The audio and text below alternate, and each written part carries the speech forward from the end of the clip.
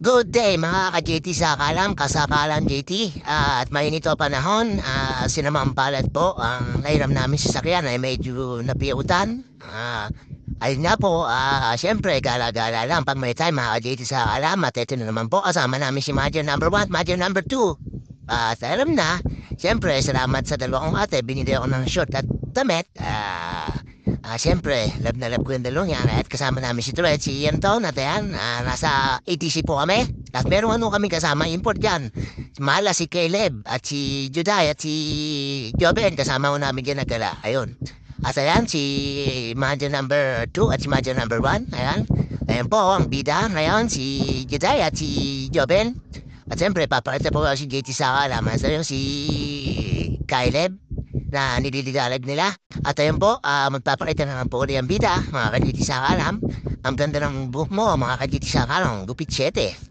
At may kusmekis lang po tayo dyan. Lahat-lahat lang po tayo dyan. At ayun, nag-relax na lang po kami dyan kahit po medyo may nagka-aberya kami at na kahit pa paano, safe naman kami mga kaditi sa kalam. At ayun po, pumarik na po may elevator. Ayun po yung aking pamangkin na si Anton. Kaway pa, walang pasok yan. Siyempre, alam na, anong gagawin namin dyan.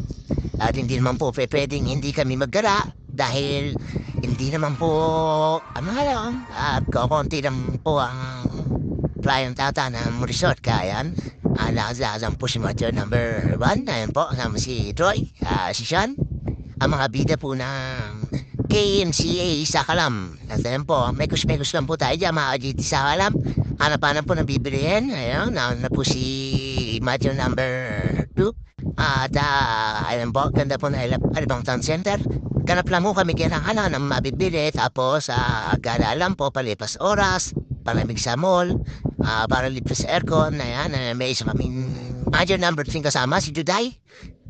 Aking pamangkin sa pinsan, anak ni Ate Thea at ni Kuya Ibet. At ayun, ayan po yung Alabang Town Center. Mga kagiti sa alam, pumain kami dyan sa Sisling. Tapos pumunta kami na metro. Sa metro, pumili ako ng short na medyo may kagandahan po at libre ni Major number 2. At kaya tapos yung blood ko po si Ate Mark naman po. Tapos pagdating po sa Uniqlo, Alabang, doon po may binili siya atin at binili free tayo ng sale.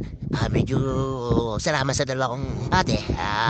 Alam niyo na, siyempre, at ayun po, hanap na kami na makakainan yan. Ayang oras na yan. Ikot-ikot lang. May kus lang tayo mga kaditi sa kalam. Si Major number 1, panay ang tingin lang. Ayaw mamili. At hindi ko alam. Tapos si Major number 2, panay ang bili. Ayun, nagpalibre yung kami doon ng pagkain kay Ate Janet.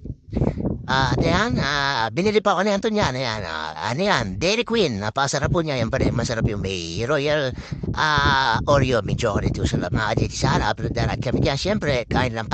Tapos ayan, daan mo kami ng metro. Dino sa metro, binili na ako nila ako din ng short. At yan naman, sarap po short. Pang summer. Hindi naman ako mag-summer mga dito sa alam. Kaya ito, subit-subit lang tayo sa mga manager. At ayan, nakita niyo naman po yung papalamig lang po kami. Ewan ko po kung maging malamig ang ulo ni Bayo pag uwi nilang tatlo. Kaditi sa secret, yung indram namin sa sakyan ay medyo nagka-pimples. Kaya mga kaditi sa kalam, ayun po, pagkatapos po namin magkarato na yan, kakain kami mga kaditi sa kalam. Then sa may food court, ay masarap po dyan si Slim Plate. Dagit porterhouse po yung order ko. Hanggang dito na lang po mga kaditi sa kalam. Till the next vlog. Masarap po